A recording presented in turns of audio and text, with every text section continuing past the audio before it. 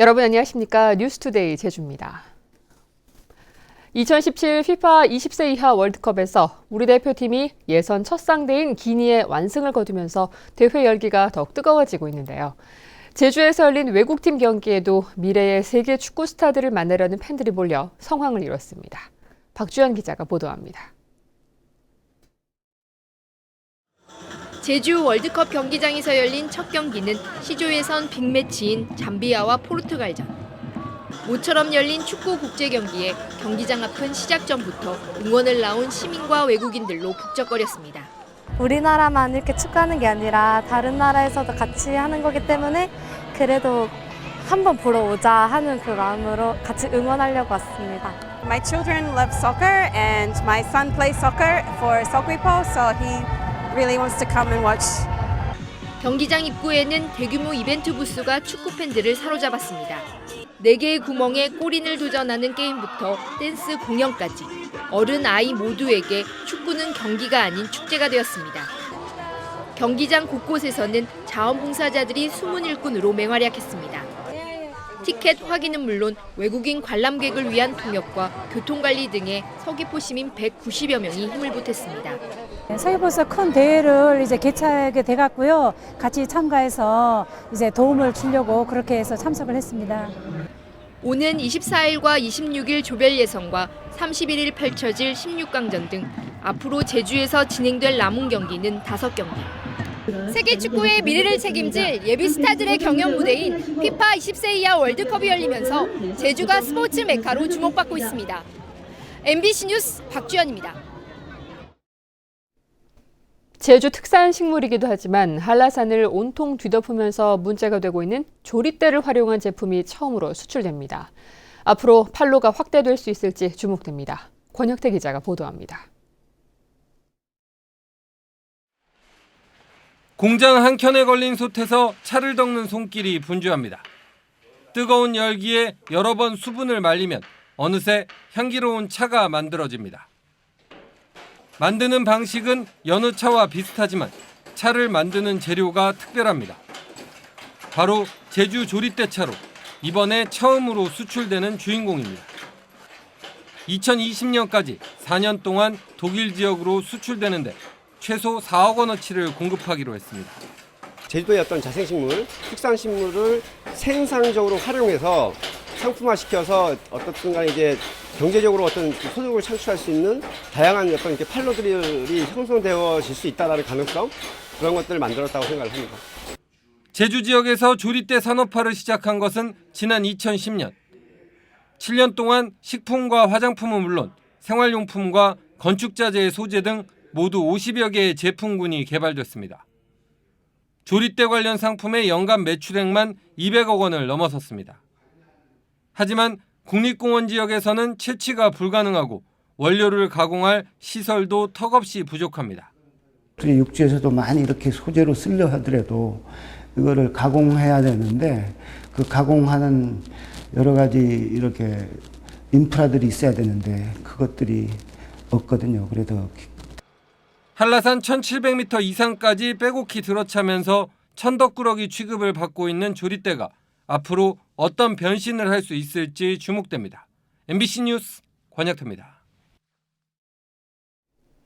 청와대 외교안보특보에 제주 출신 문정인 연세대 명예특임 교수가 임명됐습니다. 문재인 대통령은 청와대 내각 추가 인선을 발표하고 초대 안보특보에 문정인 교수를 지명했습니다. 문 교수는 김대중 노무현 정부의 대북 대미 정책과 동북아 평화 번영 정책 설계에 관여했으며 지난 1, 2차 남북 정상회담에서 특별 수행원으로 참여했습니다. 한일 어업협상 타결이 1년 넘게 지연되면서 피해를 입고 있는 어민을 구제하기 위한 법안이 발의됐습니다. 더불어민주당 위성곤 의원은 연근해 어업의 구조 개선 및 지원에 관한 법률 일부 개정 법률안을 대표 발의했습니다. 개정안은 한일 어업협상 지연에 따른 피해를 지원 대상으로 명시하고 입어가 제한되는 어업인에게 대체 어장 출하 경비와 폐업 지원금을 5년 범위에서 우선 지원하는 등의 내용이 포함됐습니다.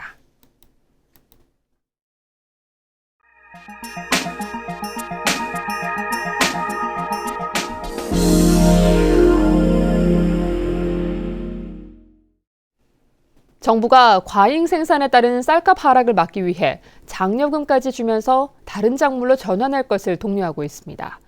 하지만 마땅한 대체 작목도 없는 상황에 농민들이 선선히 받아들일지는 미지수입니다. 대구 MBC 한태연 기자가 보도합니다.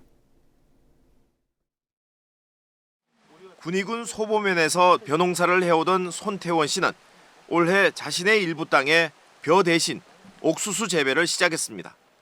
정부가 지난해부터 벼 대신 다른 작물을 재배할 경우 쌀 소득보전 직불금보다 많은 1헥타르에 300만 원을 지원하면서 옥수수 재배가 낫다고 판단했기 때문입니다. 가격도 농사를 잘 지어도 즐겁지만은 않고 그 농민이 걱정이 많은데 일본에는 그 타작물 하면은 그 경상북도에서 지원도 보조도 해준다 하니까 그 저는 선뜻 응했고. 이 같은 논 타작물 재배 지원 사업을 통해 다른 작물 재배를 시작한 면적만 경상북도에서만 올 들어 1,300헥타르에 이릅니다. 논 전체 면적의 1%가 조금 넘습니다. 경상북도와 일선시군은 직접 농가들을 돌며 다른 작물을 재배하도록 유도하고 있습니다. 올해 4,500여 헥타르, 4%의 벼 농지를 줄이는 게 농정당국의 목표입니다. 대책 회의도 개최하고 도에서도 일제 현장 지도 점검을 시행하면서 농가에서 적극적으로 참여할 수 있도록 유도하고 있습니다. 콩과 조사료, 옥수수, 참깨, 감자 등 1년생 작물들을 재배해야 지원을 받을 수 있습니다. 이 사업은 최근 4년 동안 쌀값이 크게 떨어져 쌀 공급 과잉을 해소하기에는 보전 직불금 제도만으로는 어렵다고 판단해 시작됐습니다. 하지만 벼농사가 상대적으로 손이 덜 드는 데다 대체할 마땅한 작목도 없기 때문에 농정당국의 다른 작물 재배 지원 사업이 효과를 거둘지는 미지수입니다. MBC 뉴스 한태현입니다. 낮 기온이 30도에 육박하는 초여름 더위에 학생들도 고생스럽기는 마찬가지입니다. 예년에는 땀범벅이 돼도 교실에서 비싼 전기료 때문에 에어컨을 끄곤 했는데 최근에는 에어컨 켜는데 부담이 한층 줄었다고 합니다. MBC 강원 영동 홍한표 기자가 취재했습니다. 강릉의 한 중학교 교실. 바깥은 찜통더위지만 학생들은 시원한 에어컨 바람을 맞으며 공부에 전념할 수 있습니다. 더우면 잘 집중도 안 되는데 이렇게 에어컨 틀어주면은 집중도 더 잘 되고 공부도 잘 돼서 좋은 것 같습니다. 학교 옥상은 태양광 지별판으로 뒤덮였습니다. 민간 업체가 태양광 발전 시설을 설치하고 전기를 생산해 한국전력에 팔면 학교는 연간 300만 원의 장소 제공료를 받아 전기 요금에 보태고 있습니다. 강원도 교육청의 학교 햇빛 발전소 사업인데 2년 사이 180개 가까운 학교에 설치했고 올해도 54곳에 설치됩니다. 이렇게 학교 옥상이나 운동장을 빌려주고 받는 임대료는 연간 3억 원 정도 됩니다. 또 12년의 계약 기간이 끝나면 시설은 학교로 귀속돼 더 큰 수익도 얻을 수 있습니다. 장기적으로 봤을 때 무상 임대가 끝나는 12년이 지나면 생산되는 전기가 저희 소유가 되는데 이 학교 교육 예산에도 큰 도움이 된다는 것이죠. 올해까지 도내 학교에 35%가량 설치하는데 정부의 신재생 에너지 확대 정책에도 부합돼 사업의 탄력도 예상됩니다. 전국 최초로 학교 햇빛 발전소 사업을 추진했으며 2017년까지 도내 전체 학교 수 대비 약 35%까지 태양광 발전 설비를 설치할 계획이 있습니다. 학교 주변의 유휴 공간을 잘 활용해 환경 보호와 틈새 수익이라는 두 마리 토끼를 잡고 있습니다. MBC 뉴스 홍한표입니다.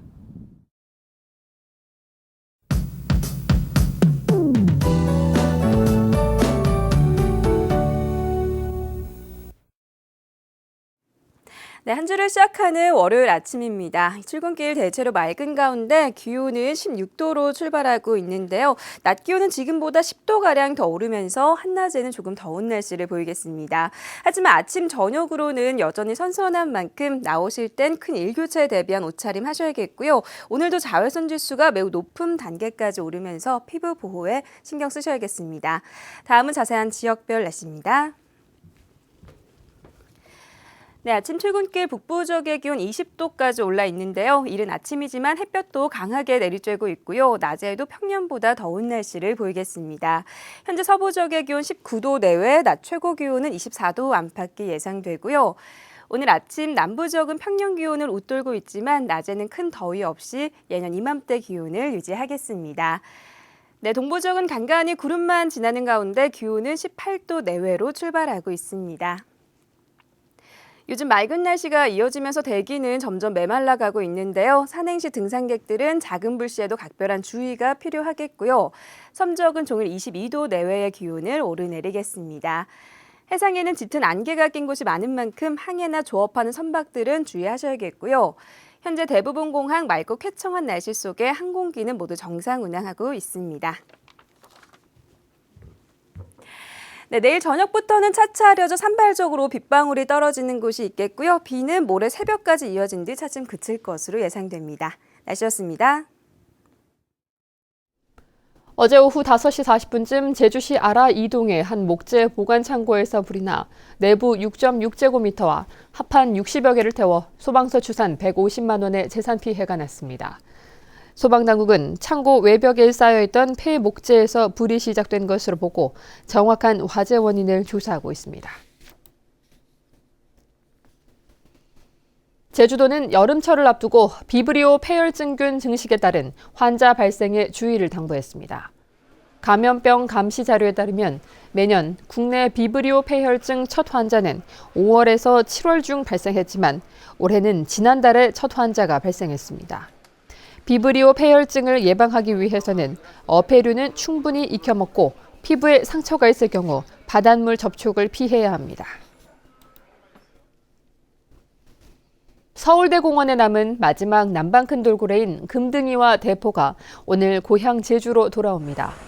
서울대 공원은 오늘 오전 전용 화물기와 무진동차로 남방 큰 돌고래 금등이와 대포를 제주시 조천읍 해상 가두리로 이송할 계획입니다.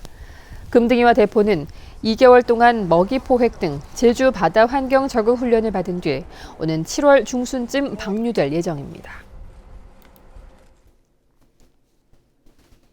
부동산 가격이 오르면서 기초연금 수급 대상에서 제외되는 노인이 늘고 있습니다. 제주도에 따르면 지난달 기준 도내 기초연금을 받는 노인 비율은 62.6%로 지난 2014년 65%, 2015년 64.8%에 비해 점차 떨어지고 있습니다. 이는 전국 평균 수급률 66.3%보다 4%가량 낮은 것으로 노인들의 재산 변동이 없어도 공시지가가 올라 기초연금이 감액되거나 수급이 중지되는 사례가 늘고 있는 것으로 분석됐습니다. 제주 지역 화장 수요가 크게 늘면서 양지공원 시설 확충 사업이 추진됩니다. 제주도는 양지공원 봉안 시설이 내년 말에 조기 만장될 것으로 예상돼 오는 2019년까지 32억 원을 들여 안치 규모 2만 기의 제3봉안당을 증축하기로 했습니다. 올 들어 지난달까지 도내 화장 건수는 3천여 구로 지난해 같은 기간보다 11.8% 늘었고 조상묘를 개장해 유골을 화장하는 건수도 2천여 구로 13.1% 증가했습니다. 제주 지역 감귤 선과장 3곳 중 1곳이 미등록 선과장으로 나타났습니다.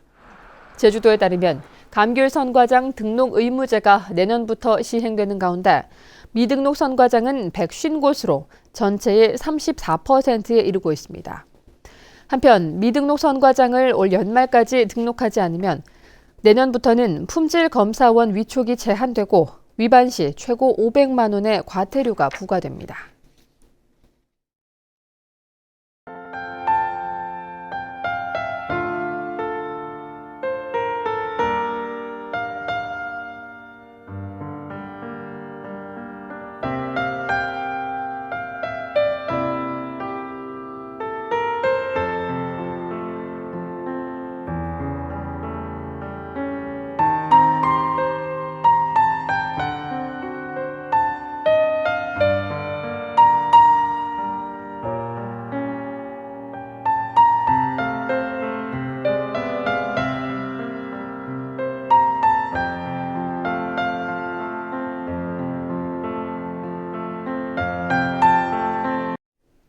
뉴스투데이 제주였습니다. 여러분 고맙습니다.